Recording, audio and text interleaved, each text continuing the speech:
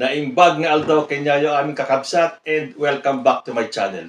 Malapit na po ang filing of candidacy at yan po ay sa October na at may mga senatorial lista po.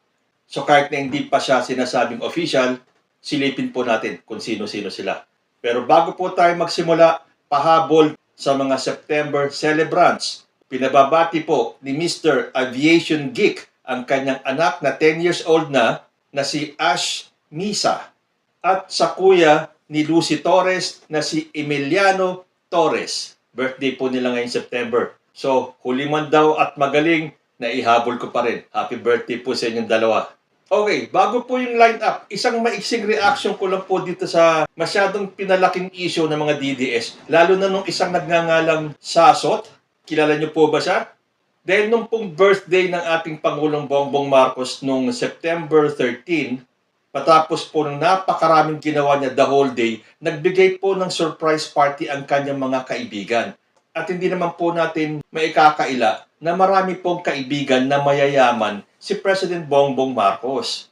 At kahit na sinong presidente naman dyan, kung kayo ay bibigyan ng surprise party ng mga kaibigan nyo at sila ay mag-iimbita ng mga celebrities, local man or foreign, wala na tayong pakialam doon. Total, hindi naman galing sa pera ng bayan. Although yun ang pinalalabas itong si Sasot, na yun daw binayad dito sa grupong Duran-Duran ay nanggaling sa kaban ng bayan. Alam nyo bago kayo kumuda?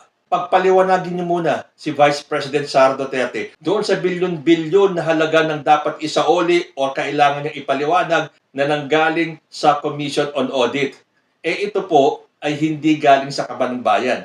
Dahil sabi po dito sa Inquirer, after spending the early part of his 67th birthday distributing a total of 3.19 billion pesos in government aid in the provinces, President Marcos capped the occasion with a party at a hotel in Pasay City on Friday night. But Malacanang had to issue a statement the following day to explain that old friends of Mr. Marcos, not the government, paid for the party that included a performance by the English pop rock band Duran-Duran. Kasi alam nyo, itong mga DDS, pinutakte ang page ng Duran-Duran at kung ano-anong pinagsasabi nila na kesyo ilabas daw yung kontrata, dapat daw i-divulge kung magkano ibinayad. Ano bang pakialam natin doon? Private po yan.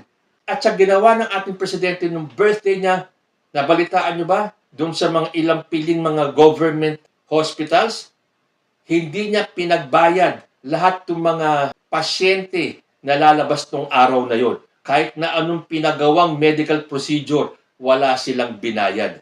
At hindi lang yung araw na yan. Sa dami ng ginagawa ng ating presidente, ibigay na natin birthday niya eh. At wala na tayong pakialam kahit na gumastos ng milyon-milyong piso ang kanyang mga kaibigan as long as hindi nanggaling yan sa kaban ng bayan.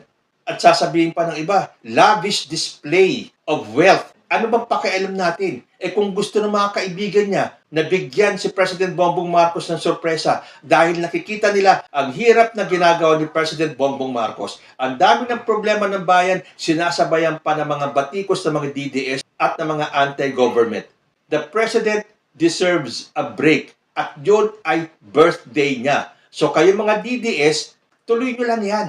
Kayo-kayo na lang naman ang maniniwala sa inyong mga kasinungalingan at fake news na pinapakalat. Again, hindi po gobyerno ang nagbayad sa inimbitang rock group na Duran-Duran. Ngayon, maniwala kayo o hindi, bahala na kayo sa buhay ninyo. Again, happy birthday po kay President Bongbong Marcos at huwag nyo na pong intindihin ang mga bashers dahil hindi po talaga mawawala ang mga bashers, lalo na yung mga DDS na para pagtakpan yung mga issues na kinasasangkutan ni Vice President Sara Duterte, titirahin nila ang ating presidente. No way na yan. Wala nang epekto yan. Kahit na ano ngayon paninira ang ilabas nyo, mas matindi ang issue at dapat sagutin ni VP Sara. Itong issue ng Duran-Duran, gusto nyo ipasagot at ipaliwanag ng gobyerno? Pagpapaliwanagin nyo muna si VP Sara at baka mas matuwa pa kami sa inyo. Until such time na walang paliwanag si VP Sara sa taong bayan, doon sa inilabas na report ng COA ay manigas kayo sa inggit. Basta ituloy nyo yung ginagawa nyo. Maglabas kayo na maglabas ng fake news. Wala pong epekto yan kay President Bongbong Marcos. The more na binabatikos nyo siya, at nagpapakalat ng mga fake news, mas lalo lang pong lumalakas ang ating Presidenteng Bongbong Marcos. Okay, balik po tayo sa ating main topic. Naglabas na po ng senatorial lineup, albeit may mga nagsasabing hindi pa daw official, silipin na rin natin. Para naman makapag-isip-isip na kayo dahil malapit na rin po. Ilang buwan na lang ay eleksyon na sa 2025. Unahin po natin ang grupo ng maisog ni ex-President Rodrigo Duterte. Official or unofficial, malamang marami sa listahan na to ang magiging part ng kanilang official 2025 senatorial slate. I have here 14 names pero 12 lang yata ang dapat maging official sa slate nila. So we begin with the first name, Rodante Marcoleta. Number 2, Paulo Duterte. Number 3, Lorraine Badoy. 4, Glenn Chong. 5, Salvador Panelo. 6, Baste Duterte. 7, Vic Rodriguez. 8, Trixie Cruz Angeles. 9, Ted Filon. 10, Eric Celis. 11, Gerald Bantag. 12, Harry Roque. 13, Ronald De La Rosa. And lastly, Bong Go. So yun po ang unofficial list ng kanilang senatorial lineup. Sino sa tingin nyo ang papasok dyan? Pero kung papansinin ninyo, nagsama-sama po dito sa listahan nila yung mga toxic at mga bitter na kandidato. Good luck na lang po sa inyo. Pero siyempre, matatalino na po ang mga Pilipino. Mamili po tayo ng mga karapat-dapat. At alamin po natin ang background nila at ang background ng grupo nila at ang background ng pamilya nila. And then, mamili po tayo kung sino ang gusto nating iupo sa Senado. Sa grupo naman po ng Makabayan Bloc, 10 ang pangalan sa kanilang senatorial slate. Dati kasi 7 lang yung kanilang inilabas, nagdagdag sila ng 3 pa para maging 10. So ang mga kasama na po sa kanilang slate ay si Piston Chairman Modi Floranda. Pangalawa, si Kadamay member Mimi Doringo at galing sa Filipino Nurses United, si Jocelyn Andamo. Kasama pa rin po si Alliance of Concerned Teachers Representative Franz Castro. Gabriela Party List Representative Arlene Brosas. Kilusan Mayo 1 Secretary General Jerome Adonis. Former Gabriela Party List Representative and former National Anti-Poverty Commission Chairperson Liza Masa. Pamalakaya Vice Chairperson Ronel Arambolo. Bayan Muna Representative and bagong alyansang Makabayan Chairperson Teddy Casino at si Kilosang Magbubukid ng Pilipinas Chairperson Danilo Ramos. Sabi po ni Bayan Muna Chairman and Makabayan Co-Chairperson Nery Colmenares, yung pong kanilang slate represents their unwavering dedication to the principles of nationalism, democracy, and social justice. So, good luck din po sa grupong ito ng Makabayan Bloc. Although marami po sa kanila ay talagang hindi kilala. O baka naman may lumabas sa kanila na talagang karapat-dapat na magkaroon ng pwesto sa Senado. Well, that is for you to decide. Okay, sa administration slate naman po tayo. Ito po ay inilabas ni Senator Amy Marcos. Senator Amy Marcos disclosed the lineup of senatorial candidates who will be endorsed by her brother, President Ferdinand Bongbong Marcos Jr. in the 2025 national and local elections. Although nagsalita po si South Cotabato Governor Reynaldo Tamayo Jr., who is the president of Marcos's party, PFP, dininay po niya na meron ng administration ticket. Pero galing po ito kay Senator Amy Marcos. Hindi natin alam kung saan nakuha ni Amy Marcos ito. Pero ito naman siguro ay mga proposed candidates ng mga partidong andyan sa alyansa.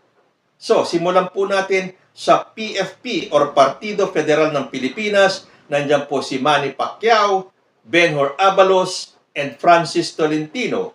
Galing naman sa Lakas CMD, Bong Revilla at si Erwin Tulfo. From NPC or Nationalist People's Coalition, we have Tito Soto, Ping Lacson, Lito Lapid, and Abi Binay. At from the NP or Nationalista Party, andyan po si Pia Cayetano, si Amy Marcos at si Camille Villar.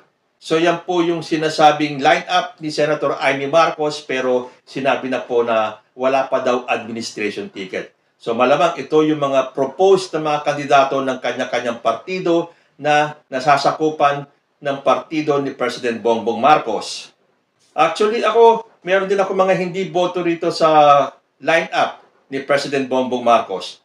But if worst comes to worst, at kailangan iboto ang kandidato ni President BBM, iboboto ko po sila lahat. Huwag lang makapasok yung mga kandidatong siguradong maghahari-harian na naman at yung mga atat na atat makabalik sa pwesto. Oo nga pala, kung iboboto ko man lahat itong mga nasa listahan ng administration slate, isang pangalan lang po talaga ang hindi ko iboboto. At yan po ang pangalang Amy Marcos. Sorry po, pero talagang nawalan na po ako ng tiwala kay Amy Marcos. Kahit na sabihin pang kapatid siya ni President Bongbong Marcos, pero sa mga ipinakita niyang galawan, magdududa ka tuloy kung magkapatid ba talaga sila ni PBBM. So, ayan po ang listahan ng mga kandidato na manggagaling sa maisog ni ex-President Rodrigo Duterte, sa Makabayan Bloc, at sa administration slate. Official or unofficial, kahit papano, pwede na tayong gumawa ng ating listahan who is in and who is out. Kayo po, sino ang pipiliin nyo para sa 2025 senatorial elections? Comment lang po down below at magbabalik ang usapang Tito Manny. Diyos ti Agmina.